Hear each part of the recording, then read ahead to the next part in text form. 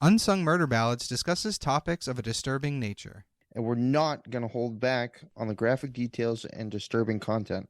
So we do not recommend our podcast for children under the age of 13.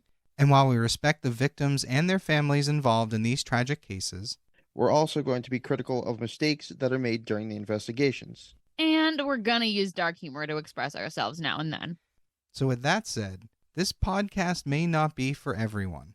And that's okay. We're glad you're here checking us out. And if you've made it this far, welcome to the Unsung Murder Ballads family. And follow us on Instagram at Unsung Murder Ballads if you want to talk to us.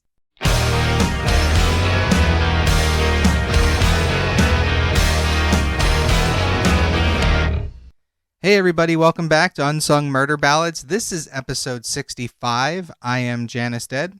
And I'm Joyous Dead. And tonight we are going all the way back to Canada. Woo! Woo, Canada. Canada, yes. It's funny how I love Canada. I've only ever really been to Niagara Falls and Montreal. New Orleans famously in Canada. Yeah. Niagara Falls and Montreal.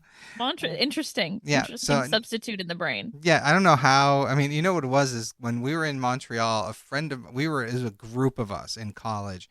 And one of the people in our group actually started filming porn. Which made you think, yes, New Orleans. New Orleans, exactly. That's the only thing I can think that connected the two. Debauchery, you know? What an interesting black box your mind is, Janice. Yeah, I don't want to think about how things rattle around and connect. It's been too. Oh, I don't. I try not to. Yeah, it's been way too many years and way too many experiences. I don't want to know how it all works. So, and I got to be honest, I have learned, especially since starting this podcast, because I now research pretty much nothing but murders. I've learned to hold some of my thoughts in when I'm around people who don't truly appreciate what I'm talking about. Which is good, because if you were only talking about murders all the time, we would think you were going to be on this podcast no longer as a host. Exactly. And that's what I think it's starting to scare some people. So I've dialed it back a little bit. So, the girls who get it. The girls who don't. Exactly. And I'm not even worried about the girls. Some of the dudes I know, like some of the guys I work with, for example, I'm like, you know what? I just got to stop talking about it. Right. It's a phrase. It's like a meme. The girls who get it. Yes. Everyone's a girl, first of all. Oh, okay. Put that down. That's my hot take of the week. Okay. Good to know. Everyone's a girl, as in when I'm like, girl, please. Like, everyone's a girl in that way. You know what I mean? Yes, because you established that a couple episodes ago, because you did it, and I laughed so hard at it, but it makes sense now in that context. Yes.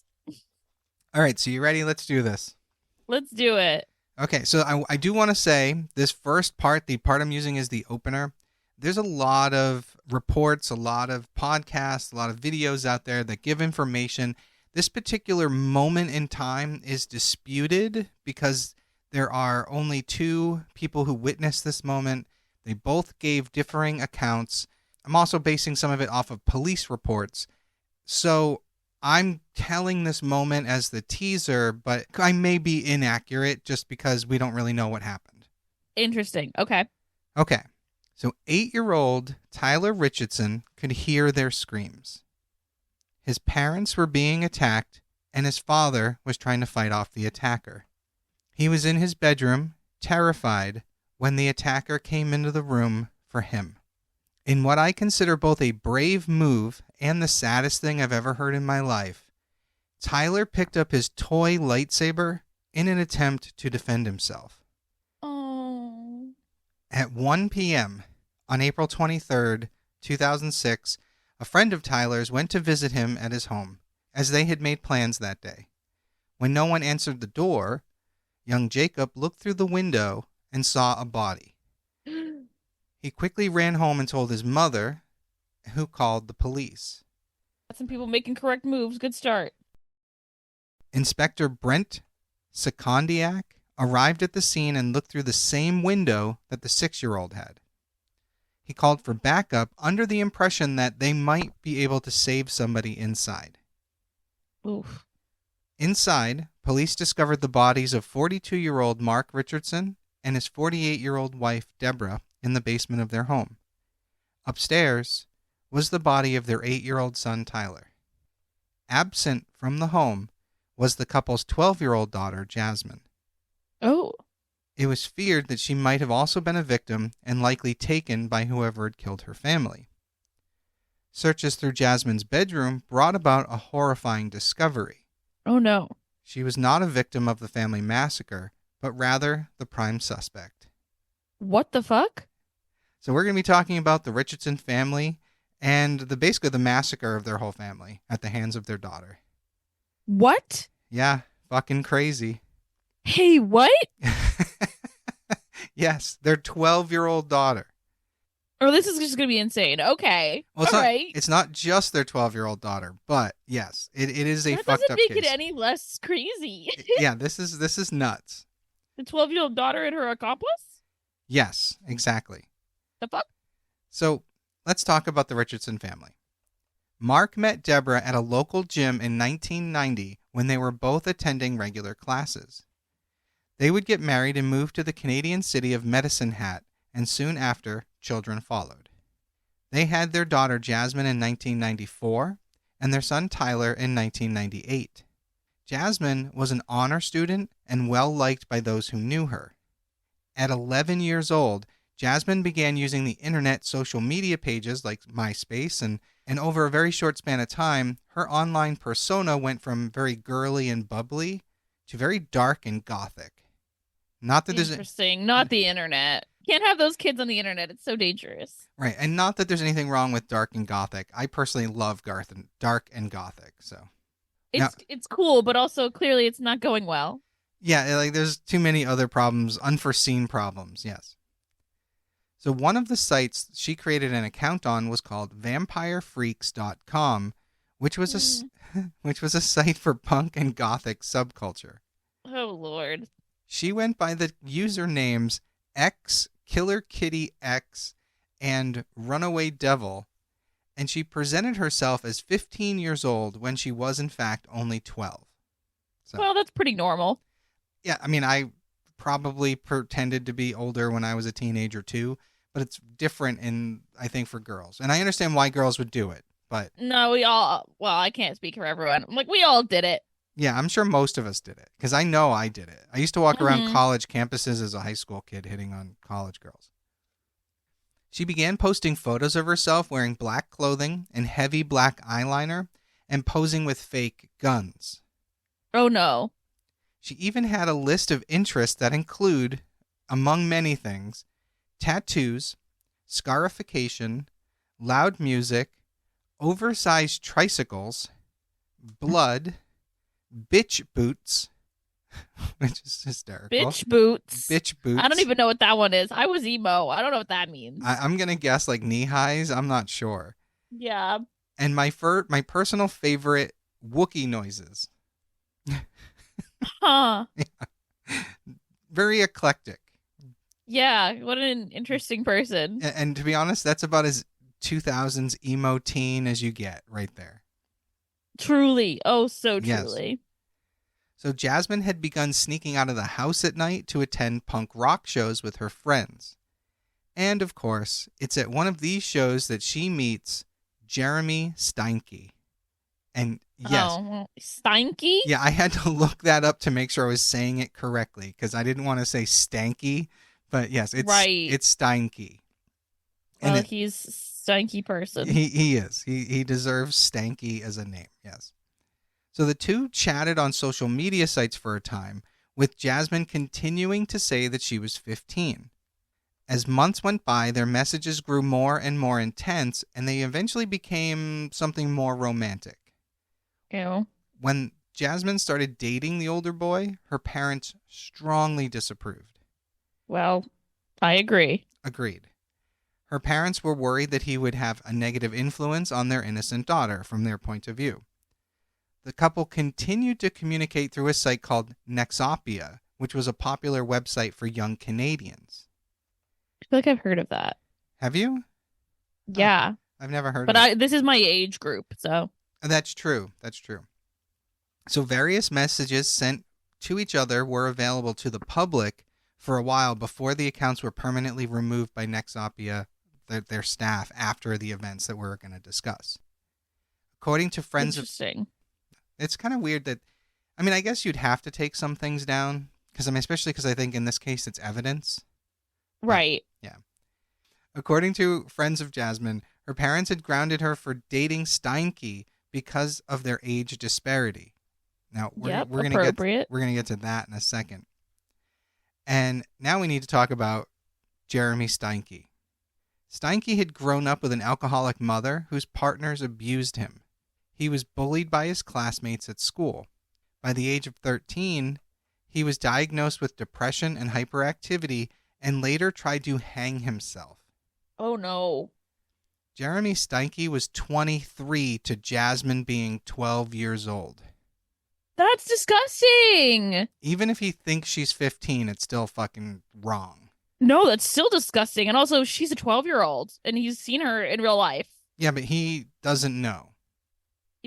I know there's a line there, but either way, it doesn't matter. The line was still set way either too way, far. It's gross. Yeah. 15 or 12. Agreed.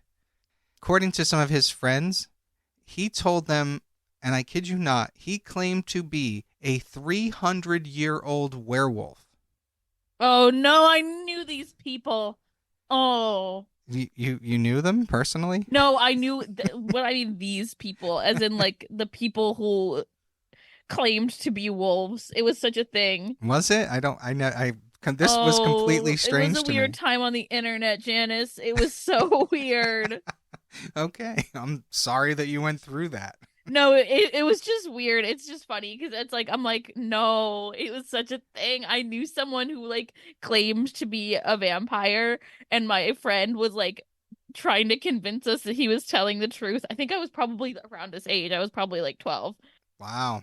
You know, he was like, no, really, like I'm a vampire, like, but like I think it was because of Twilight. I was gonna say, is this because of Twilight? Yeah. It's probably because of Twilight and because like vampires were having a moment in the culture. Wow. Okay. So, Steinke allegedly told his friends that he liked the taste of blood, and he wore a small vial of blood around his neck. Ew. Well. He lived with his mother in a trailer park and did not work. At Naturally. 23. Yep. Sorry, at 323. 323. No, you're so right. Right. I mean, come on. So his mother suffered from alcohol abuse and struggled to maintain any meaningful relationships. And as a result, his mother and random men coming and going, many of them abused him, as previously stated. Mm-hmm. So he just really felt very alienated. So at one point, Steinke had gifted Jasmine a vial of his own blood so that she could also wear one around her neck. God, this was such a thing, I'm telling you. It's so weird. Really? Because to me, yeah, like I said, this is just so bizarre to me. It's weird, but it was a thing. And I would listen, listeners, if any of you are in this age group and remember people doing this, please let us know in the comments, because I need to know that I didn't just have a weird experience. Yes, Joyous needs to know that she's not the only one. Yes, please tell me that y'all also knew people who were like, yeah, I'm like, my vampire name is Eric Lestat. Like, that's so funny. Especially because we joke that the three J's, Janus, Jameson, and Joyous, and now we have Jasmine in here. So you this might be close to home for you. Oh, yeah, and she's almost the same age as me. Yes. So you can see now why her parents were against the two dating. No, yeah, I mean, my parents would have been rip shit. Yeah, well, especially the age difference, let alone the blood and the gothic whatever. Yeah. Yeah. So while grounded, Jasmine did not have access to her computer, but after a short while of her improving her behavior, she was able to resume talking to Steinke. What she had learned from her punishment was not to not date the older boy, but to be more careful and secretive about their relationship. Precisely. And Steinke grew angry that her parents were impeding their relationship. So Richardson, Jasmine, and her self-proclaimed werewolf boyfriend planned on how they would overcome her parents' objections and continue their relationship. She came up with the idea of killing her parents, and Steinke agreed, but suggested that they needed a solid plan. Jasmine reportedly shared with her friends the plans to kill her parents, but Yikes. they thought she was joking. And Right. you hear that a lot with teenage murders. That people think they were joking. Yeah, that no one takes them seriously. Right, because it seems like just a weird angsty thing to say. Right. And I mean, I know a million people who said, "Oh, I want to kill my parents." And if you called the cops on every one of them, the cops would be doing nothing but investigating that. So writing to Jeremy online, she said, quote, "I miss you more than killing people. The fuck? Can we get together and kill people? Rawr. No, not the roar. RAWR. Yes. It means I love you in dinosaur. Oh, God, I quit." I gotta go. Oh no, this is So cringe. she continues, "I hate them. I have this plan. It begins with me killing them and ends with me living with you." Unquote. Ew. Yeah. Now, you've already pointed out, because there's a couple things, 3 things in there in particular that stood out as like red flags that this guy should have known how young she was. First was rawr. That's way too young for teenage romance. I'm gonna say no because that was a thing. All right. I didn't realize. I thought she was just like pretending to growl, not. Oh, Yeah, I no, didn't. this was a thing. This is part of the culture. Rar means I love you in dinosaur. That's a thing. Oh That's my like God. a thing that people used to say on the internet. That's so funny. I have to say, I'm glad you and I are covering this case and not me and Jameson, because he wouldn't have known that. No. This is important generational context. This is so funny. Oh, because you said rar and a part of like my brainstem contracted, and I was like, oh my God, no, it's 2008. I can feel it. Yeah. So the second thing that bothers me is that as a 12-year-old or even as a 15-year-old pretending to be, I don't think she was 100% serious about what she was actually writing. Right. That's the next one. And the last thing that really stands out, if she had said that to anyone else, it probably would have come to nothing. Like, right. If it was not to an actual psychopath. Yeah, exactly. If it was just a normal boy, it would have taken it would have gone nowhere. But this moron was too far into his own fantasies about being a 300-year-old werewolf that he couldn't see straight. Right. Which bothers the shit out of me, because this is so unfortunate. Yeah, awful. So just hours prior to the murders, Steinke and some friends reportedly watched the 1994 film Natural Born Killers, which is about a young couple who go on a violent killing spree. Have you seen this movie? Because it's amazing. No. I love this movie. It is so satirical and takes so many different shifts and tones. Like whenever they're at the girlfriend's parents' house, it's done like a 1950s sitcom. But oh, interesting. Right, but her brother is always wearing Kiss makeup. And like there's a laugh track there, and all that happens, and that's just when they're at her family home. And then when they're on the road, it takes a different tone. And who's in this movie? Woody Harrelson, the guy who played Iron Man, Robert Downey Jr. It's really, really good. Highly recommend it. Okay. Well, I'll have to check it out. It sounds good. It is really good. Steinke told his friends that he and his girlfriend should go about their plans in a similar manner as that movie, but without sparing the little brother, because in the movie, they don't kill the little brother. On April 22nd, 2006, Jasmine allowed Steinke into her home late that night, and he first went into the basement, but he was making noise, and this actually woke up her mother. He was wearing a neoprene mask and carrying a knife, and she came downstairs and found him there. So she started screaming, and he went after her and stabbed her 12 times. Oh, holy shit. Including a 12-centimeter deep piercing to her heart. Oh. Now, hearing his wife's screams, 42-year-old Mark came downstairs to help her, and he saw this man standing over her with a knife, so he grabbed the only thing nearby, which was a screwdriver, and he went after Steinke.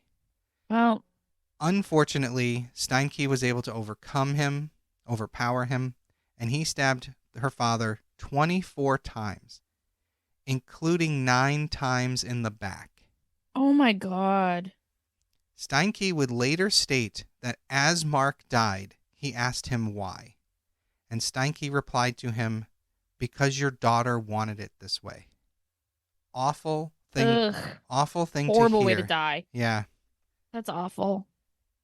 Now, Jasmine reportedly wanted to be the one to kill her brother, 8-year-old Tyler. And she had climbed upstairs. So she went upstairs to his bedroom and stabbed him 5 times. Jasmine would later testify her brother pleaded for his life and emitted a gurgling sound as she stabbed him. Oh, yeah. Damn, this kid's fucked up. Now, that was Jasmine who did it, yeah. Yeah.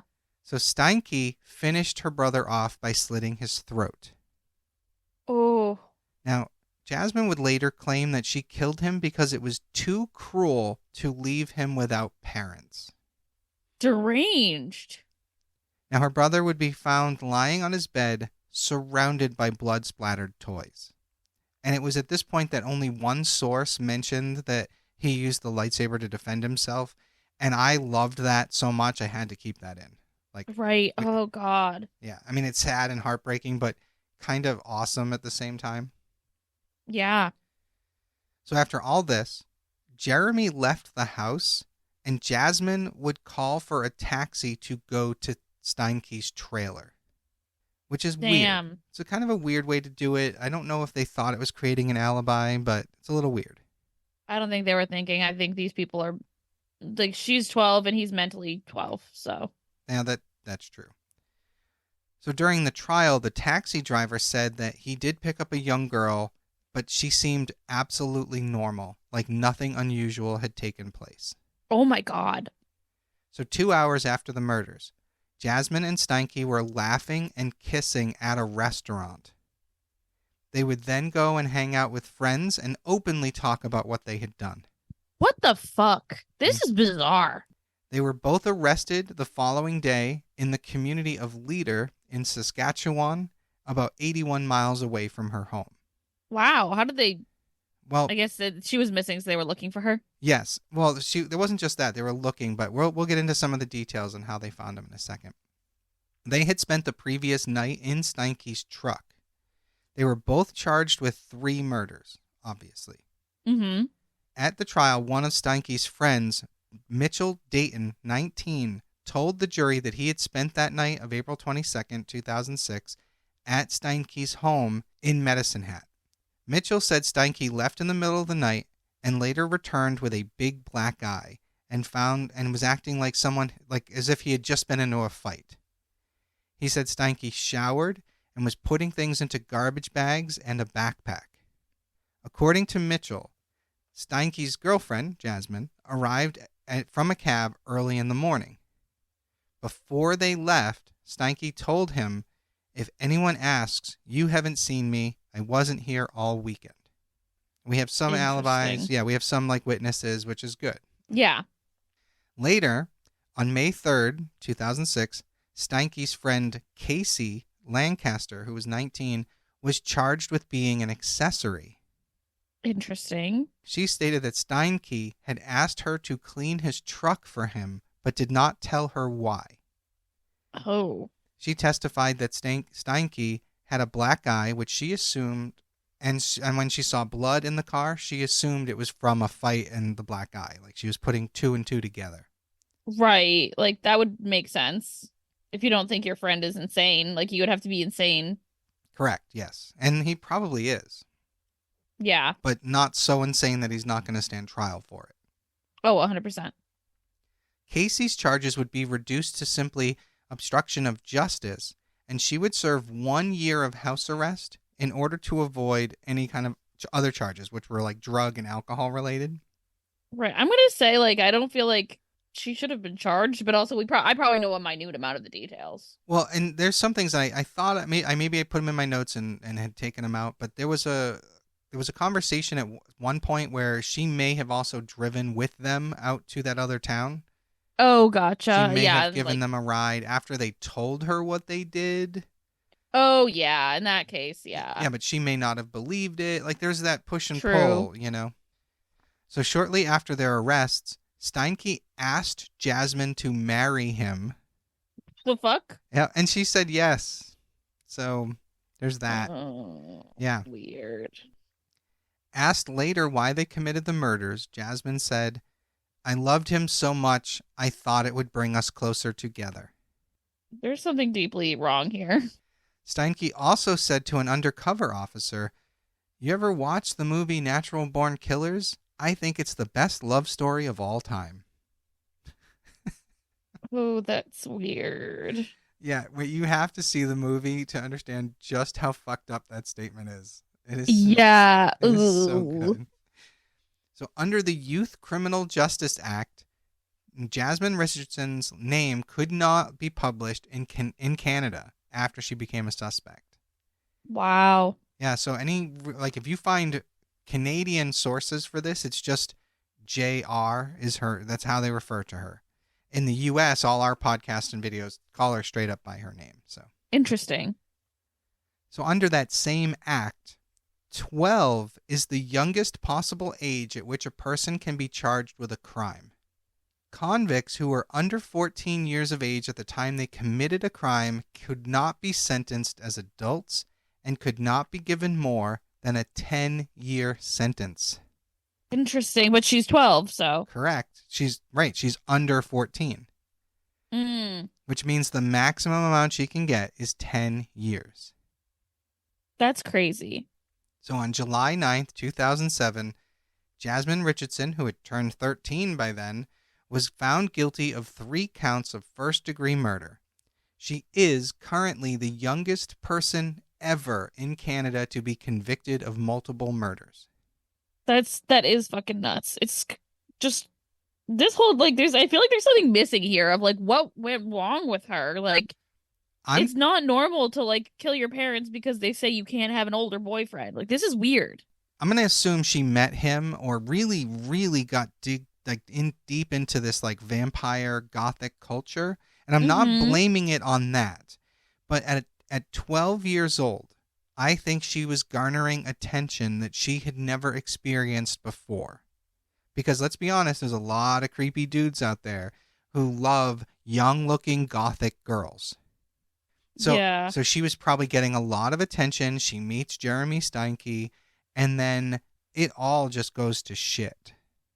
Now, maybe there was an abusive parental unit in there somewhere. I don't know, because they never talk about that in anything I've seen. Right, and maybe there was no evidence of it. Right, so who knows? But I just have to attribute it to she went down a dark path and just committed to it 100%. Yeah. It's just weird. It really feels I don't know. So on November 8th, 2007, she was sentenced to the maximum allowed under the law, and she got 10 years in prison. And so she's out now. Well, we'll get to that in a sec. So her sentence included the credit for the 18 months she had already spent in custody, and it would be followed by 4 years of in a psychiatric institution and 4.5 years under conditional supervision in the community. Interesting. What's that mean? So basically, she has to spend some of that time in a mental hospital, and then afterwards she's basically living in a halfway house where she can work and do her thing, but she's still under constant supervision. Okay, interesting. So September of 2011, Jasmine Richardson began attending classes at Mount Royal University in Calgary in Alberta during the final years of her sentence. Wow. They literally let her go to college. That's crazy. She was released from her 10-year sentence after she attended the psychiatric hospital in the fall of 2011 and again in October of 2012. It was reported that her rehabilitation was going well, and she expressed remorse for her actions that experts considered genuine. In May, wow. I know. She was young. So I don't even think it's about rehabilitation. I just think she needed to be removed from whatever stimuli she got.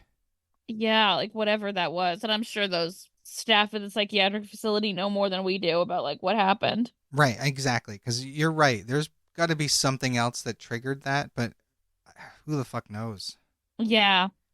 So in May of 2016, her sentence was completed and she was freed of any further court-appointed conditions, restrictions, or supervision after her final sentence review on May 6, 2016. During her final court appearance, it was noted that Jasmine only expressed gratitude towards the judge, but did not show any remorse for her crimes. Huh. Justice Scott Brooker said to her, quote, "I think your parents and brother would be proud of you. Clearly," yeah, I know, it's a little weird. "Clearly you cannot undo the past. You can only live each day with the knowledge that you can control how you behave and what you do each day," unquote. So one of the first police officers to respond to the crime scene expressed his concerns and hoped that she hadn't deceived the criminal justice system. Yeah, for real. Yeah. However, her attorney believed that she had undergone effective rehabilitation and was unlikely to reoffend. Since then, Jasmine has lived a private life and is basically off the radar. We have no idea where she is right now. Well, I hope that we don't have to do a follow-up episode someday of her doing something crazy, but... You know, it would be amazing if she met up with the guy from the Greyhound bus. Oh my God. They like dated and had kids or something. Oh, horrific. Sorry, that's fucked up. I shouldn't joke. Oh. So for the... Yeah. Yeah, that's fucked up. But so for the other half of this duo, Jeremy Steinke admitted to the murders of the Richardsons in conversations with undercover police officers while he was in custody. What a dumbass. His lawyers argued that Steinke was in a alcohol and drug-fueled haze and that he had snapped and stabbed Jasmine's parents. They described him as a love-struck, immature man who would do anything to keep the preteen girl's affection, which that statement alone is so fucked up. Right, that alone seems like a punishable offense. Right? Now, to be fair, right to jail. To be fair, we don't actually know. I'm gonna assume they consummated their little relationship, but we don't really know if they did or didn't. We don't. Yeah, I guess, but either way, it's fucking gross. They're smooching. You're smooching a 12-year-old. You're disgusting. Yeah, that's true. So his friends testified that he had asked for help to get rid of the Richardsons because he was worried she would leave him if he didn't. Oh my God. He claimed in his confession that it was Jasmine who had slashed her brother's throat while he watched from the doorway. So there is some, like, they basically were each accusing each other of killing her brother. Wow. The prosecution fought his attempts to lessen his charges down to manslaughter, and they said that her father fought for his family's life to his death. This isn't manslaughter, bro. You murdered them. Yeah, like, and it's not even, I don't even know if I would consider it second-degree murder. You fucking planned that out. Right. So on December 15th, 2008, Steinke was sentenced to 3 life sentences, 1 for each first-degree murder count. Yep. The sentences were to be served concurrently, and Steinke is eligible for parole after serving at least 25 years, which would be in 2031. Ooh, it's eerily close. Yeah, that's only 6 years away. Yeah, 7. Yeah, fuck. I don't like that. Now, Steinke has changed his name in prison since being there, and he now goes by Jackson May, and has since made a failed attempt to appeal his sentence, and that's kind of where it stands right now. So that is the case of Jeremy Steinke and Jasmine Richardson. Wow, that was a weird case. That one's very bizarre. I'm blown away that anyone would be stupid enough to do anything like that for a 12-year-old kid. Yeah, it's fucking... I feel like there's just something... that we're not aware we don't of. know here. Like, it feels like it doesn't add up. Like I said, everything I researched, it just seemed like her change came completely out of the blue, which what you've said has started the gears running, which makes sense. If she was sexually assaulted or something, right, it would make sense that she would suddenly change, like look into a different path. Like she would change her personality. I mean, that happens a lot. Like whether it's shaving your head or, I mean, you're just dressing differently, you're becoming a different person, and it's because you're trying to whatever brought the attention of that assault here, you often try to become something different to hopefully avoid it in the future. Right. Like there's definitely some sort of trauma, some sort of like because like it makes sense why the guy did it because he had this horrific, abusive childhood, which is, the theme that we see all the time. But Right. I guess we don't know. No one in that family is left to speak for Right. And what it that's was just like. it. Again, we're speculating here. I certainly don't want to throw shade at the dead, but if she was assaulted by her father, say, then it would make sense that she would have that anger towards him. And maybe she also would blame the mother for maybe she assumes she knew and didn't do anything. It's tough to say. It's certainly something that could have happened. Right. And we certainly can't say it for 100% fact. And who knows, maybe it was something outside of there and she just wanted to get away. I don't know. But everything I've read just kind of says it just came out of nowhere. That's crazy, isn't it?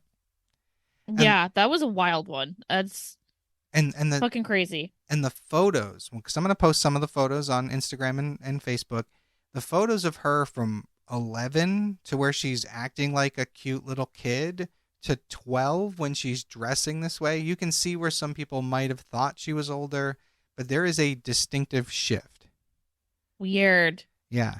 And there's that one picture where she's holding up a gun, but apparently it was a fake gun. It's just a weird thing. Weird. Yeah. I have again, who knows? Maybe she was talking to a lot of older men on those sites. I don't know. But yeah. Yeah, weird. So thank you everyone for joining us once again. We will see you in a week. I am Janus Dead. And I'm Joyous Dead. And we'll see you soon. Bye.